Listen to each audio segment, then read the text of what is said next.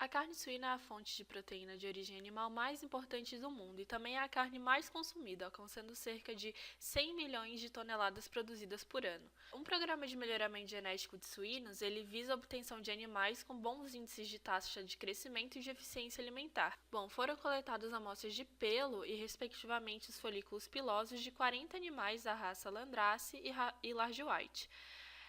Esses animais eles pertenciam a uma granja de reprodutores que fica localizada no município de Rio do Sul, em Santa Catarina.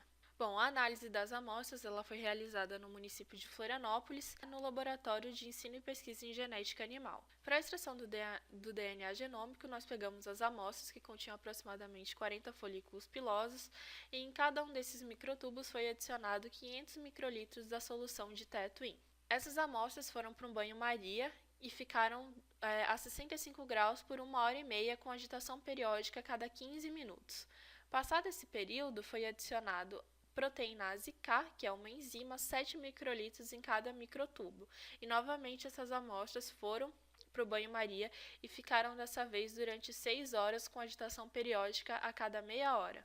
Passado esse período, as amostras foram incubadas a 37 graus e passaram por um overnight de aproximadamente 12 horas. No outro dia, as amostras foram retiradas do banho-maria e, em seguida, foi adicionado um volume de PCI para cada um volume de amostra. Essas amostras foram, então, agitadas por 10 segundos num vórtex e depois foram novamente agitadas, dessa vez numa centrífuga a 12.000 RPM por 10 minutos a 23 graus. Feito isso, foi feita a recuperação do sobrenadante e após a recuperação do sobrenadante, que foi colocado num novo microtubo estéreo, foi adicionada uma solução de acetato de sódio a 0,3 molar mais etanol absoluto gelado. Essas amostras ficaram durante 1h30 no freezer após esse processo e, novamente, após o período no freezer, elas voltaram para a centrífuga. Dessa vez foram centrifugadas a 12.000 RPM durante 25 minutos a 4 graus Celsius. Feito isso, a secagem do DNA foi feita a temperatura ambiente e para a ressuspensão do material foi adicionado 100 microlitros de água ultrapura. Após a extração de DNA, foi feita a PCR, que é uma reação de amplificação chamada reação em cadeia da polimerase. Para a gente iniciar essa reação, a gente precisa de um desenho de primers a partir de sequências conhecidas. Para o preparo da PCR, nós precisamos de uma receita. A receita de PCR, ela varia de acordo com o pesquisador. Essa PCR que nós utilizamos no trabalho é a técnica de touchdown, ou seja, a gente tem uma temperatura elevada nos primeiros 10 ciclos da PCR e durante a segunda etapa da PCR, nós temos a temperatura de anelamento calculada de acordo com a bula do primer. E após o isolamento e amplificação da nossa região de interesse, as amostras elas foram submetidas à técnica de RFLP.